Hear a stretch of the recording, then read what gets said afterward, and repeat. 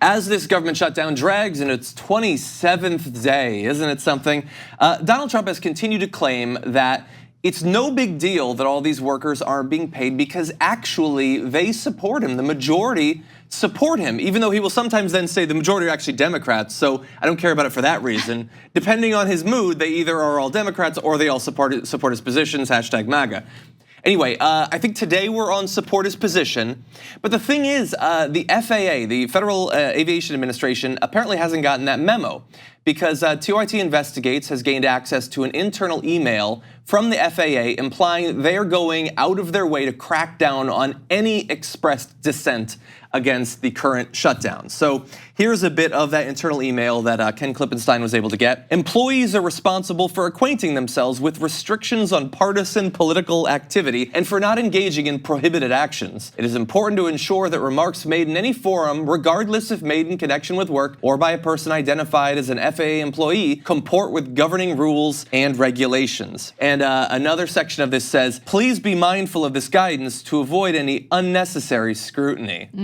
So those are not technically threats, I guess, but they are effectively threats that if you are a worker at the FAA, if you're not satisfied with your current pay situation, which is zero, if you don't like that, or perhaps if you think, hey, my job's really critical and it's really not safe that people at the FAA are not working and that the sorts of safety checks and things that they would do are not being done, you could believe those things, but you certainly can't say those things because it might hurt your career. Well, I mean, it does imply that there would be a punitive outcome if someone had the courage to speak up about what they're going through. And so anytime there's a discussion about the importance of free speech, something that I genuinely value, and I genuinely value it even if it's inconvenient for me in any given situation.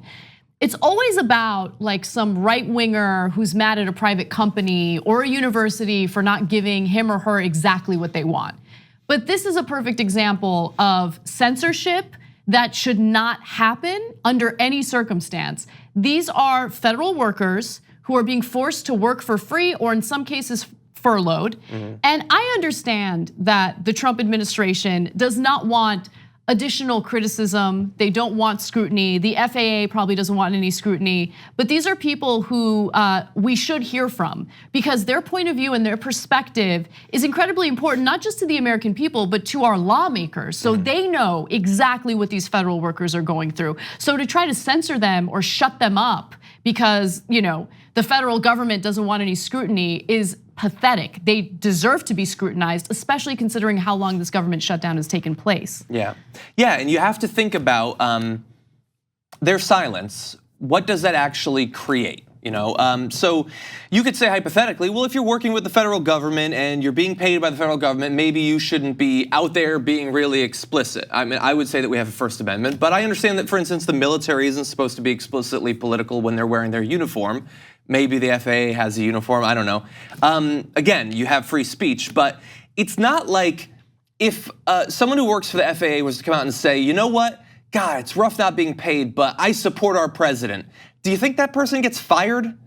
I kind of doubt it at this point. I'm pretty sure that they're cracking down on one type of speech, and that is critical speech. And the thing is, them being silenced in this way makes it so that the status quo that Donald Trump is trying to establish, that everything is okay, there's no big deal if the government stays shut down for literally months or even years, as he said. That is a message that has been spread by right-wingers all over the place saying, it's the National Parks gift shop. That's all the government actually does. Well, that's not actually true. And an FAA employee, whether it's them talking with a journalist or we've previously covered ones who were engaged in protests outside of airports, they make it so that people know the facts of what happens when the government shuts down. That is what Donald Trump and the FAA do not want getting out. It's not the criticism, it's the truth of the situation. We should live in a country where the narrative of any given national event is not controlled by people in positions of power. The narrative should be accurate, and it should be fair to the American people, to the federal workers. We should know their perspective. I think that it informs everyone on what's really going on. I mean, if you censor these people and you prevent them from sharing their real struggles as a result of this government shutdown, then all you get is one side of the story, and that one side is just flat out false. Trump will have you believe that all these federal workers are either in cahoots with Trump, they agree with what he's doing, or they're just, Democrats who deserve to be punished. I mean, as you mentioned earlier, he really switches off based on his mood that day or that minute.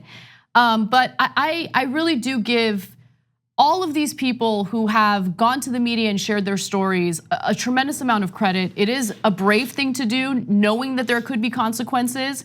And just recently, there was an air traffic controller who was interviewed on this radio show out of Philly that I love called Radio Times. And he talked about how, look, we love our jobs, and we take it seriously.